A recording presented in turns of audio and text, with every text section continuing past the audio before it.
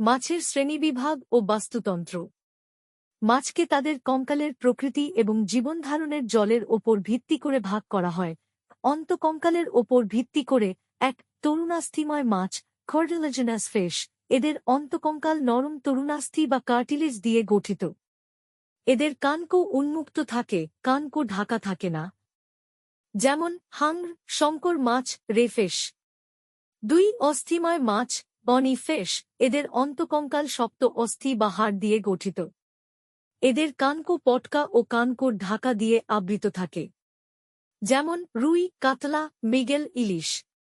খ জলের প্রকৃতির বা স্থান ওপর ভিত্তি করে এক মিষ্টি জলের বা স্বাদুজলের মাছ পুকুর, নদী, হ্রদ বা বিলের জলে বাস করে।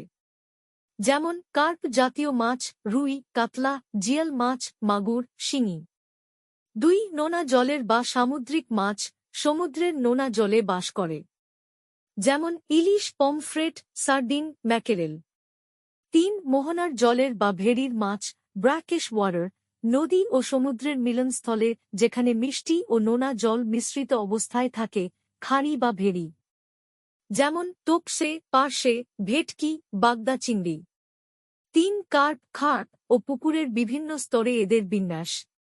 অর্থনৈতিকভাবে গুরুত্বপূর্ণ মিষ্টি জলের চাষযোগ্য অস্থিময় মাছদের কার্প বলা হয়।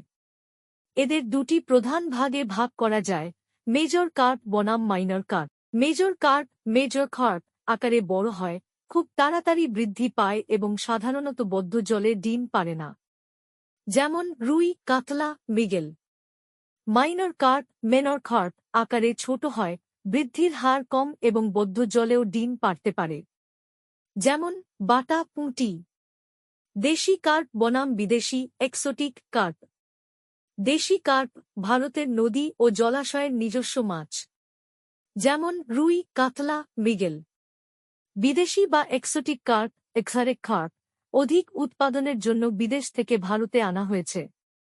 যেমন সিলভার কার্প, চীন, গ্রাস carp, Hong Kong, common carp, Europe. পুকুরের বাস্তুতন্ত্রে কার্পের গভীরতা অনুযায়ী বিন্যাস, খাদ্য গ্রহণ স্তর। একই পুকুরে স্থান ও খাদ্যের প্রতিযোগিতা এড়াতে বিভিন্ন কার্প আলাদা আলাদা স্তরে বাস করে। জলের উপরিস্তর, সারফেস ফিডার, কাতলা ও সিলভার কার্প। এরা জলের ওপরে ভেসে থাকা প্ল্যাঙ্কটন খায়। জলের মধ্যস্তর, খাওয়ান ফিডার, রুই মাছ। এরা জলের মাঝখানের স্তরের ছোট ছোট জলজ পোকা ও উদ্ভিদাংশ খায়। জলের তলদেশ বা নিম্নস্তর, বটম ফিডার, মৃগেল ও কমন কার্প। এরা পুকুরের তলানির কাদা, পচা জৈব পদার্থ ও সামগ্রী খায়। বিশেষ স্তর, অ্যাকোয়ারিক উইড ফিডার, গ্রাস কার্প। এরা পুকুরের সমস্ত জলজ আগাছা ও ঘাস খেয়ে পুকুর পরিষ্কার রাখে। 4 মিশ্র মৎস্য চাষ বা নিবিড় মৎস্য চাষ, কম্পোজিট ফিশ কালচার। যখন একই পুকুরে বৈজ্ঞানিক অনুপাত মেনে 3টি দেশি মেজর কার্প, রুই, কাতলা, মৃগেল এবং 3টি বিদেশি কার্প, সিলভার, গ্রাস, কমন অর্থাৎ মোট 6টি প্রজাতির মাছের চাষ একসাথে করা হয়, তাকে মিশ্র মৎস্য চাষ বা বহুজাতীয় মৎস্য চাষ বলে। কেন করা হয়? পুকুরের 3 স্তরের কোনো খাবারই নষ্ট হয় না। মাছেরা পরস্পরের ক্ষতি না করে কম সময়ে সর্বোচ্চ ফলন দেয়।